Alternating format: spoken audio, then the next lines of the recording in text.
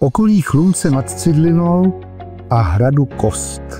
Kraj, kde na více než 8000 hektarech vlastních lesů již přes 400 let hospodaří s hlubokým respektem k přírodě a krajině rod Kinských.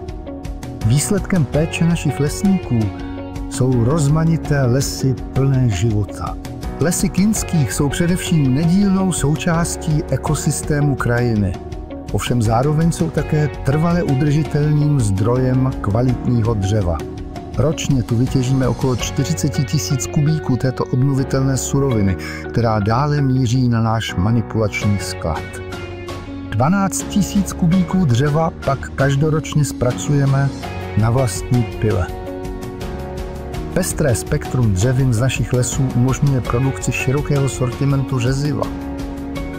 Především pak dubové dřevo z úrodné oblasti okolí Chlumce nad Cidlinou vyniká svou mimořádnou kvalitou. Truhlářské řezivo vysoušíme v moderních sušárnách. Štípeme krbové dřevo, s pilím lisujeme brikety a štěpka nachází využití v průmyslu. Dřevo z lesů Kinských bylo použito i při realizaci náročných projektů. Tvoří například ochos středověkého hradu Kost, střešní konstrukci jízdárny Kinských a staroměstský jez v Praze. Cesta dřeva v lese začíná i končí. Na místech uvolněných těžbou roste nový les, a to převážně přirozenou obnovou, kterou doplňujeme sazenicemi vypěstovanými ze semen ze zdejších lesů. O lesy se staráme s respektem k přírodě a dbáme na trvalou udržitelnost hospodaření. Díky tomu jsou lesy i dřevo Kinských označeny certifikátem PEFC.